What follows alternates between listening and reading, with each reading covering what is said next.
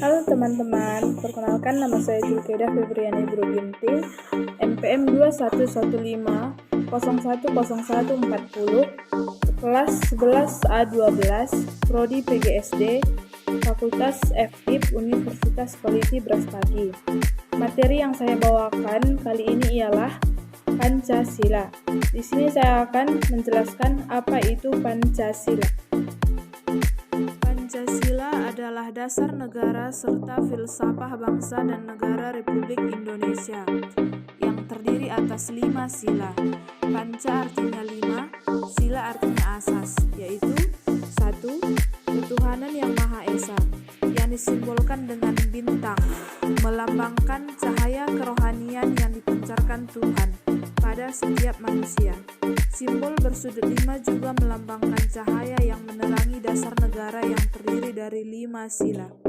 2. Kemanusiaan yang adil dan beradab, yang disimbolkan rantai emas, bermakna setiap manusia, baik laki-laki maupun perempuan, membutuhkan satu sama lain untuk menjalani kehidupan sebagai manusia sosial. 3. Persatuan Indonesia, yang disimbolkan pohon beringin, bermakna menggambarkan keragaman suku bangsa di Indonesia. Walau beragam, masyarakat Indonesia tetap menjunjung tinggi rasa persatuan dan kesatuan. 4. Kerakyatan yang dipimpin oleh hikmah kebijaksanaan dalam permusyawaratan dan perwakilan, yang disimbolkan dengan kepala banteng, adalah karena banteng merupakan hewan sosial yang suka berkumpul dan memiliki kekuatan. 5. Keadilan sosial bagi seluruh rakyat Indonesia, yang disimbolkan padi dan kapas, yang melambangkan dua hal yang dibutuhkan manusia demi bisa bertahan hidup. Padi melambangkan ketersediaan makanan, sementara kapas ketersediaan pakaian. Yang kedua adalah tujuan Pancasila sebagai dasar negara bisa kita lihat pada pembukaan Undang-Undang Dasar 1945 alinea keempat, yang juga merupakan cita-cita bangsa Indonesia. Pembukaan Undang-Undang Dasar 1945 alinea keempat tersebut mengandung nilai-nilai yang juga diusung oleh Pancasila, yang mana menjadi tujuan Pancasila itu sendiri. Tujuan Pancasila yang juga merupakan tujuan NKRI ini terdapat pada Undang-Undang Dasar 1945 alinea keempat yang berbunyi, kemudian daripada itu, untuk membentuk suatu pemerintah negara Indonesia yang melindungi segenap bangsa Indonesia dan seluruh tumpah darah Indonesia, dan untuk memajukan kesejahteraan umum, mencerdaskan kehidupan bangsa, dan ikut melaksanakan ketertiban dunia yang berdasarkan kemerdekaan, perdamaian abadi, dan keadilan sosial. Maka disusunlah kemerdekaan kebangsaan itu dalam suatu Undang-Undang Dasar Negara Indonesia yang terbentuk dalam suatu susunan Negara Republik Indonesia yang berkedaulatan rakyat dengan berdasar kepada ketuhanan yang Maha Esa, kemanusiaan yang adil dan beradab, persatuan Indonesia, dan kerakyatan yang dipimpin oleh hikmat kebijaksanaan dalam permusyawaratan perwakilan, serta dengan mewujudkan suatu keadilan sosial bagi seluruh rakyat Indonesia.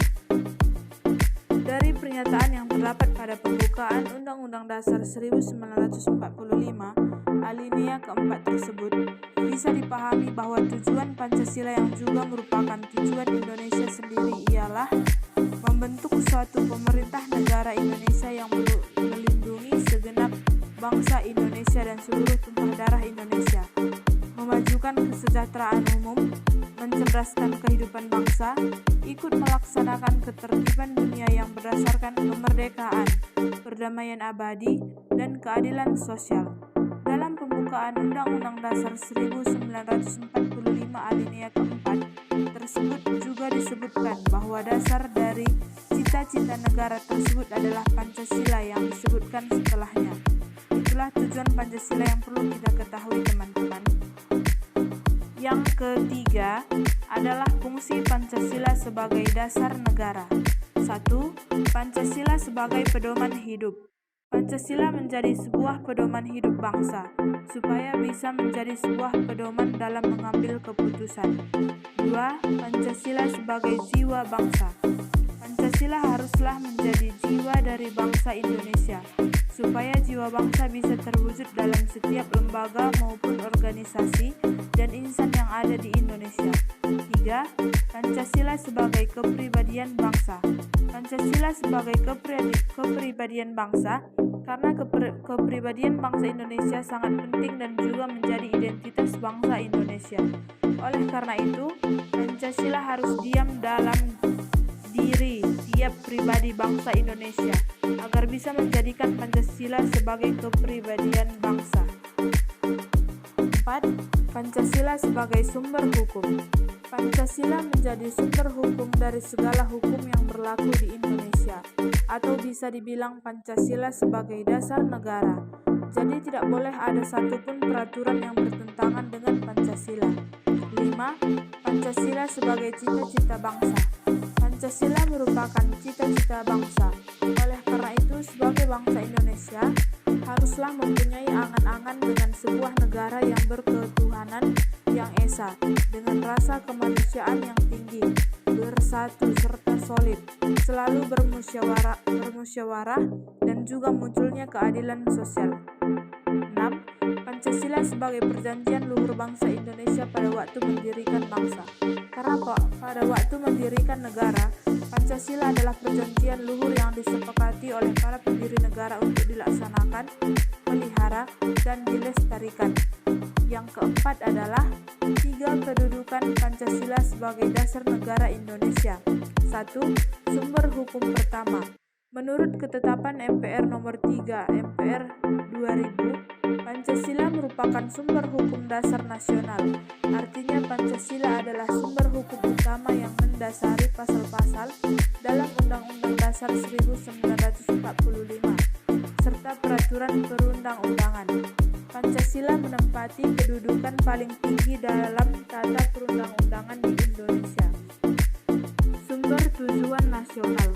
Setiap negara yang merdeka pasti memiliki tujuan pembangunan yang jelas. Dalam pembukaan Undang-Undang Dasar 1945, tujuan nasional negara Republik Indonesia tertuang dalam alinea keempat. 3. Norma tertinggi. Norma adalah aturan atau ketentuan yang mengikat masyarakat. Seperti yang telah disebutkan sebelumnya, Pancasila merupakan kristalisasi dari norma-norma yang telah berlaku di dalam masyarakat Indonesia sejak zaman dahulu. Di Indonesia, Pancasila berada pada puncak piramida norma. Yang kelima adalah Pancasila ideologi negara. 1. Nilai dasar yang mencangkup ketuhanan, kemanusiaan, persatuan, kerakyatan, dan keadilan. Kelima hal ini adalah pedoman fundamental yang sifatnya universal, mengandung cita-cita negara dan tujuan yang baik dan benar. 2. Nilai instrumental yang mencangkup arahan, kebijakan, strategi, sasaran, dan lembaga yang melaksanakannya. Konsep ini merupakan perkembangan dari yang sebelumnya dasar. Berkatnya penyesuaian pelaksanaan dari sesuatu yang dasar akan lebih jelas untuk bisa menyelesaikan masalah yang terjadi. 3. Nilai praksis meliputi realisasi dari instrumental yang sifatnya nyata dan bisa digunakan untuk kehidupan bernegara. Dengan nilai terakhir ini, Pancasila bisa melakukan pengembangan serta perubahan agar bisa sesuai jika diterapkan dalam kondisi masyarakat Indonesia yang berubah. Yang keenam adalah perumusan Pancasila sebagai dasar negara. Sejarah dirumuskannya Pancasila sebagai dasar negara adalah diawali dengan pembentukan Badan Penyelidik Usaha-Usaha Persiapan Kemerdekaan Indonesia atau BPUPKI. BPUPKI adalah organisasi yang dibentuk untuk mempersiapkan kemerdekaan Indonesia sekaligus sejumlah syarat yang harus dipenuhinya sebagai negara merdeka. Pancasila dirumuskan dalam sidang pertama BPUPKI. Sidang pertamanya sendiri dilaksanakan pada tanggal 29 Mei 1 Juni 1945. Dalam sidang BPUPKI pertama, yang dibahas adalah dasar negara Indonesia. Kemudian, sidang kedua yang dilaksanakan pada tanggal 10 sampai 17 Juli 1945 membahas tentang rancangan Undang-Undang Dasar. Adapun isi rumusan Pancasila dari 3 tokoh ialah 1. Muhammad Yamin.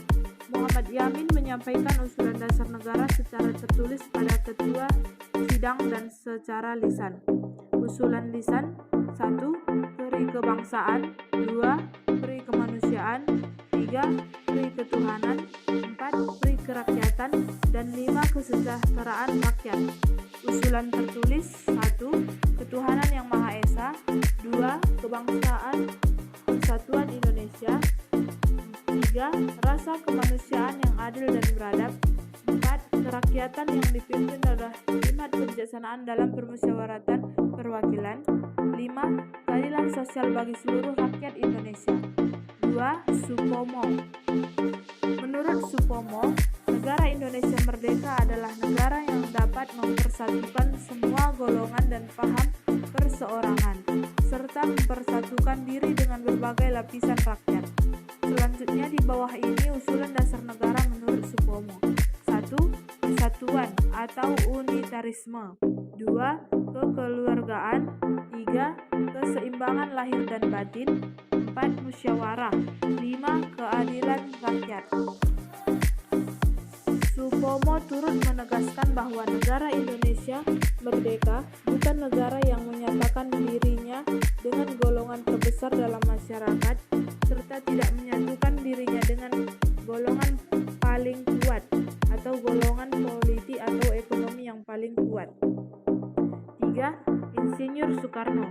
Soekarno menyampaikan pidato mengenai dasar negara Indonesia merdeka pada 1 Juni 1945.